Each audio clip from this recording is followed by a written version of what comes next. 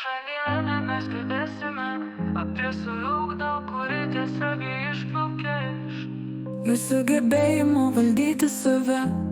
Kaip jau minėta mano ankstesnėje žinutėje, saviugda yra ta pati savikontrolė, tačiau pasauliniu mastu, įskaitant visus jūsų gyvenimo aspektus. Tarkime, kad jūs įvaldėte visus 3 savitvardos principus ir jūsų naujos spontaniškos reakcijos nebeturi priminčių požymių, o tai reiškia, kad jūsų sąmonė pagaliau pasiekė 4.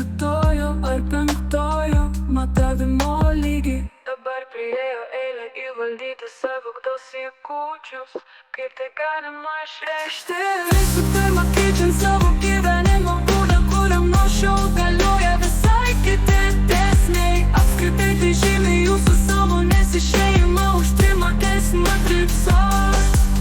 Kadangi prieš tai jūs savo gyvenimą ir santykius su aplinkiniais žmonėmis kūrėte pagal trimatės matrikos dėsnius, kurie visus lenkia viena linkme. Tai dabar jūs turite sukurti naują erdvę su savo mikroklimatu viduje šios matrikos, kurioje toliau egzistuoja jūsų planetos didesnė žmonių dalis.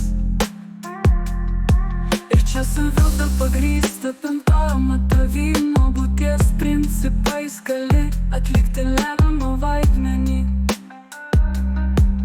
Dabar, kad atitiktumėte tokį aukštą vibracijų lygį, į viso tos ugninės meilės gaudyklės svaras turėsite patalpinti ne tik savo mintis ir emocijas, bet ir ištisus savo gyvenimo sluoksnius, kurie buvo paveikti trimatės matrikos. Tai padaryti yra daug sunkiau, nes mes jau nekalbame apie jūsų individualias savybės, kurias galite lengvai valdyti ir kurčius įvykius koreguoti. Kalbame apie jūsų gyvenimo įvykius ir reiškinius, kurie ne visada tiesiogiai priklauso nuo jūsų. Todėl kol kas vienintelis dalykas, kurį galite padaryti, tai visiškai pakeisti savo požiūrį į juos ir energetiškai paveikti šiuos įvykius.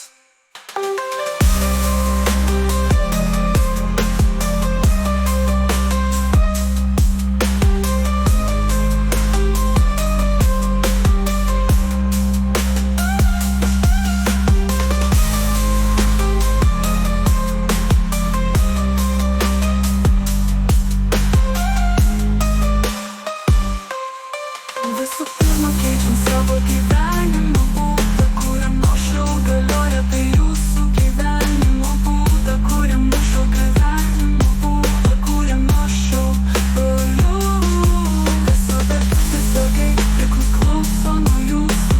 Todėl kol kas vienintelis dalykas, kurį galite padaryti, tai visiškai pakeisti savo požiūrį į jus ir energetiškai paveikti šiuos įvykius.